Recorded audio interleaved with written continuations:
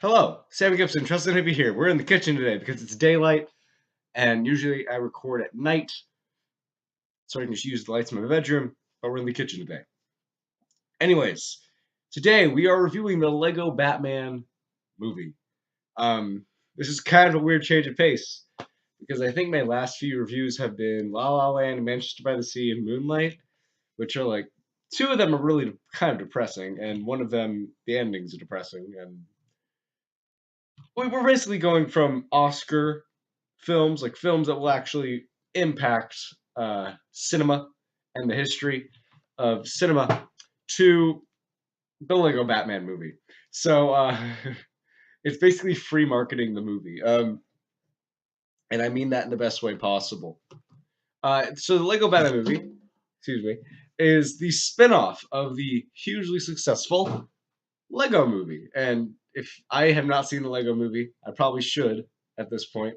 I heard it's actually really good, like an actually great film, and not just a good animated film or a good kids film. So I watched the Lego Batman movie with some expectations, just from what I've heard about the Lego movie to what I've seen from the trailers and that Rotten Tomatoes score, which I don't really base my expectations off Rotten Tomatoes scores, but I look at the actual reviews that go into Rotten Tomatoes scores from different critics that I trust, like Alonzo from I think it's like the Flick Pick, or like What the Flick. I forgot what that channel is, or other critics that I trust. But usually I just go in with an open mind. Who knows what'll happen? I walked out kind of in love. I really liked this movie because it did not take itself seriously at all. But if you took all the window dressing of the Lego stuff and the kind of kids stuff and the silly stuff, you'd have a really great Batman story here about Batman learning to open up and accept other people into his life, um, through Robin. And I thought that was really great. I really loved it. It was like, there were some times this movie was like, wow, that's actually like thematically kind of deep and emotionally relevant to a lot of people. And so the Lego Batman movie, it escapes being a regular kids film because it knows what it is, and it uses the license of Batman knowing what Batman is, because to a lot of people Batman is this one thing, but Batman is a huge thing across 75 years of history, and it respects every year of that 75-year history so much, and it even like pays a little love to Joel Schumacher films, to the Tim Burton films, which I freaked out at a few references to that. It's like the Penguin in this is basically Danny DeVito. I don't know if he's voiced by Danny DeVito, but Billy D. Williams is in this movie. He voices Two Face, and the design is based off of the Harvey Dent design from the 1989 Batman movie, and that freaked me out. I was like, revisionist history. I loved it. There were a bunch of really, really obscure Batman villains in this movie. I'm not going to spoil any of them. Besides the one you probably see on Twitter, Condiment King. He's in it. If you're a Condiment King fan, go see Lego Batman. Um, the Lego thing isn't really played up that much. They do a lot of like really clever stuff with it, but it's not hugely like, oh, it's Lego. They're not reminding you every 5 seconds that it's a Lego movie. Um, I really enjoyed that. I I know with the Lego movie, they made sure like everything that was in the movie could be built in real life, like with Legos. So I imagine that was the same thing with this movie. Everything looked structurally sound as far as Legos. Um, the jokes in this movie are nonstop, absolutely nonstop.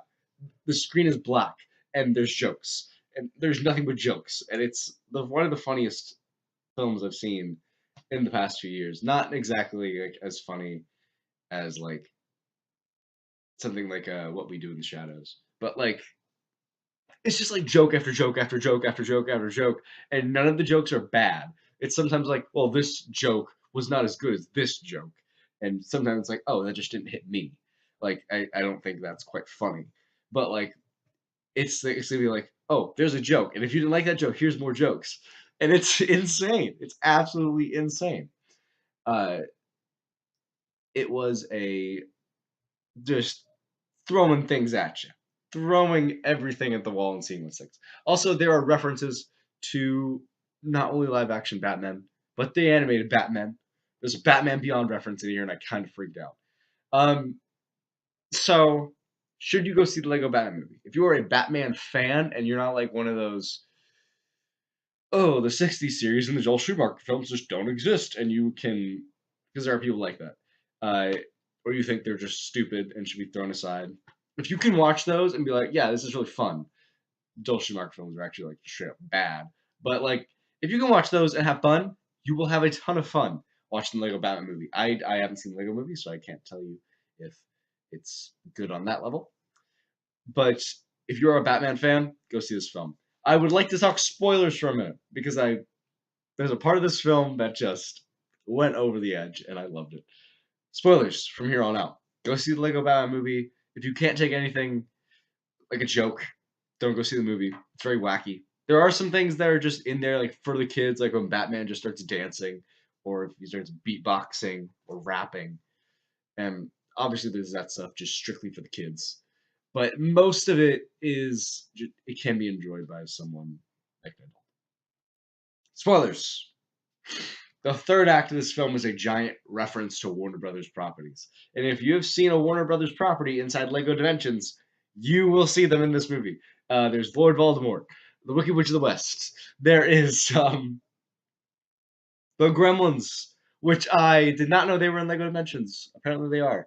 But I loved them in this movie. They made a Twilight Zone reference with the Gremlins on the wing of a plane. And I loved it. I absolutely loved it. I want more Gremlins. And if they're not afraid to use them in like these like high profile films, they're probably working on a Gremlins reboot or like a Gremlins 3. I think Zach Galligan said he wouldn't mind coming back. Anyways, they also use Sauron, which I did not expect. They use Godzilla. They use King Kong. They use dinosaurs, which was obviously like Jurassic Park, but they don't own Jurassic Park. They used. I'm trying to think who else they used. Oh, they used the agents from the Matrix, which I thought it's like just came out of nowhere. Okay, and then yeah, it was insane. It was good. It's not gonna win any awards. I wouldn't be surprised if it won like some screenwriting stuff because it was an incredibly clever and funny screenplay. I like. I actually was really surprised by how clever it was. Um, but that's about it. Yeah. Thanks for watching. Catch you later. I don't know how to end videos.